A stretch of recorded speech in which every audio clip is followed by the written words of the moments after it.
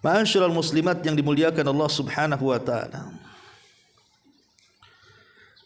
Bicara tentang bahaya bakhil ini,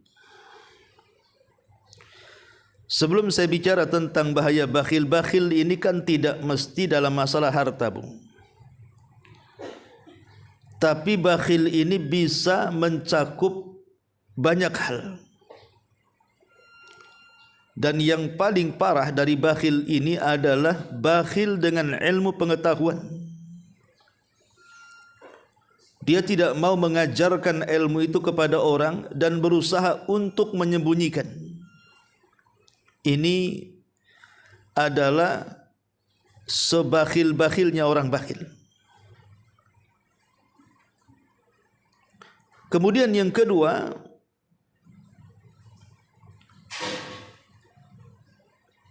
bakhil untuk memuji Allah Subhanahu wa taala.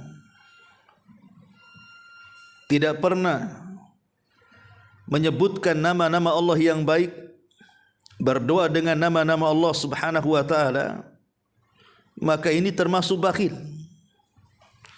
Tidak mau memuji Allah Subhanahu wa taala, dan ini bahaya. Kemudian yang ketiga, bakhil untuk tidak mengucapkan salawat kepada Nabi.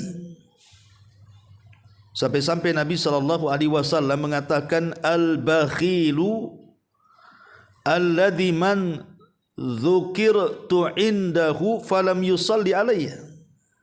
Orang bakhil adalah orang yang namaku disebut di hadapannya, tapi dia tidak mau bersalawat kepadaku, kata Nabi. Ini juga termasuk kebakhilan. Bakhil untuk tidak mengucapkan salawat kepada Nabi sallallahu alaihi wasallam. Kemudian juga bakhil untuk tidak mengucapkan salam.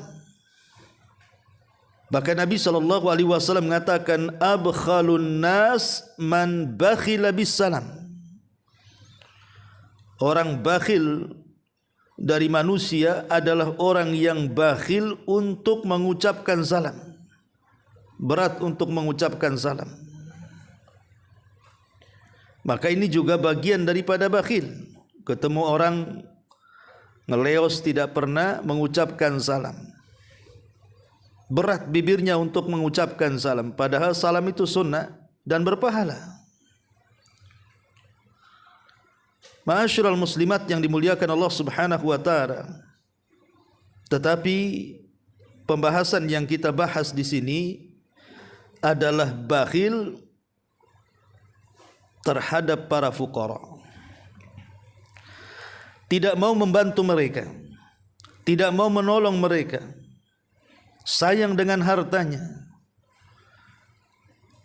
Ma'asyiral muslimat yang dimuliakan Allah Azza wa Jalla, inilah yang dimaksud bakhil di sini, bakhil terhadap manusia. Kita tahu bahwa harta itu bukan milik kita. Semua harta yang kita miliki itu adalah milik Allah Subhanahu wa taala. Bukan hanya harta, badan kita loh milik Allah Subhanahu wa taala. Dari atas kepala sampai kaki itu semua milik Allah. Jadi harta yang kita miliki itu hanya sekedar titipan. Dan ketika Allah Subhanahu wa taala menitipkan harta dunia kepada kita itu, Allah memberikan ujian. Lah di antara ujian harta adalah bersedekah kepada sesama. Itulah ujian harta. Lah dalam ujian ini ada yang berhasil, tapi kebanyakan yang gagal. Karena logikanya begini, Bu. Ibu yang cari uang, anggaplah bekerja dari pagi sampai sore, berkeringat, capek badan, kemudian dapatlah ibu uang. Tiba-tiba uang itu yang susah payah kita dapatkan dengan tenaga kita dan waktu kita, disuruh disisihkan sebagiannya atau sedikit dari harta itu diberikan kepada orang yang sama sekali tidak membantu pekerjaan kita. Orang lain yang tidak ada sumbangsi sama sekali dengan pekerjaan kita, menolong pun tidak, memberi modal pun tidak. Tiba-tiba kita suruh keluar uang untuk mereka, bersedekah kepada orang yang tidak ada kait mengait dengan kita. Disitulah ujiannya. Sehingga banyak orang yang berat mengeluarkannya. Buat apa saya keluarkan ngasih uang sama dia? Dia jangan nolong saya. Uang ini saya hasilkan dari hasil keringat saya. Dia tidak pernah nanam modal sama saya. Bahkan saya pun tidak pernah mengenal. Muncullah sifat bakhil tadi. Tetapi lawan daripada bakhil adalah karim, dermawan. Dia tahu bahwa mereka punya hak walaupun mereka tidak ikut menyumbang dengan tenaga, modal dan waktunya. Tetapi karena harta ini harta Allah dan Allah menguji dengan harta itu untuk membantu sesama, maka dia pun mengeluarkannya sebagai kewajiban dia dengan harta.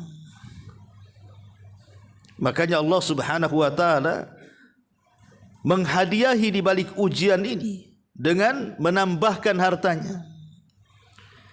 Nabi SAW mengatakan, "Ma naqasa min mali sadaqah." Tidak mungkin berkurang harta yang disedekahkan itu. Itu sebagai balasan orang ini lulus ujian. Maka Allah Subhanahu wa taala kasih hadiah dengan melipat gandakan hartanya. Tapi si bakhil tidak. Justru dia tidak sadar hartanya sedang dihancurkan Allah Subhanahu wa taala. Bahkan Allah mengutus malaikat setiap pagi berdoa kepada Allah Azza wa Jalla, "Ya Allah, hancurkan orang-orang yang menahan hartanya dan tidak mau bersedekah kepada sesamanya." Jadi sifat bakhil ini sangat membahayakan dan tidak pantas dimiliki seorang muslim. Di antara perkataan para ulama salaf tentang masalah ini, berkata Bishr al-Haris, Bishr ibn al-Haris, "An-nadharu ilal bakhili yuqassil quluba." Memandang orang bakhil itu bisa mengeraskan hati. Makanya ibu kalau punya kawan bakhil, jangan dikawani. Dipandang pun jangan. Itu bisa mengeraskan hati. Nanti ketularan penyakitnya. Kemudian juga Abdullah ibn Amr radhiyallahu anhuma mengatakan, "Asyukhu asyaddu minal bakhli, minal bukhli. Lianna syahiha huwa alladhi yasuhu ala ma fi yadi ghairihi hatta ya'khudahu. Wa yashihu bima fi yadihi fayuhibbuhu wal bakhilu huwa alladhi yabkhulu bima fi yadihi." Bakhil itu kata beliau ada dua tingkatan. Ada yang disebut dengan asyuh dan ada yang disebut dengan al-bukhl. Lah asyuh itu tingkatan bakhil paling tinggi, Bu. Apa bedanya asyuh dengan al-bukhlu? Kalau asyuh itu dia pelit dengan hartanya dan dia menghendaki orang lain atau menghendaki harta orang lain berpindah kepada dia. Dia sudah pelit, dia menghendaki harta orang.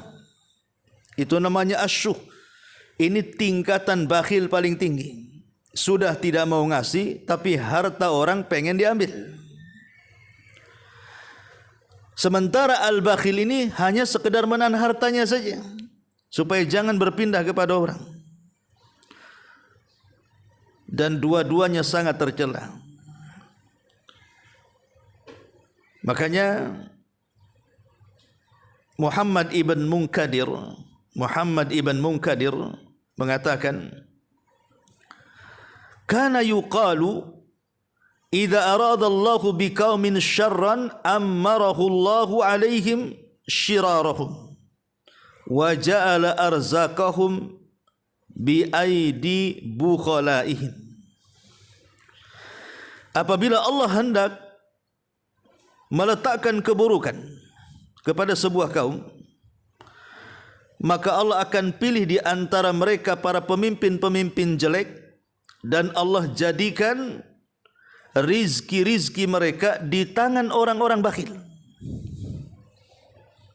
Jadi kalau Allah Subhanahu wa taala hendak meletakkan keburukan pada sebuah kaum, pertama Allah angkat pemimpin yang paling buruk di antara mereka, dan Allah letakkan rizki mereka di tangan-tangan orang bakhil.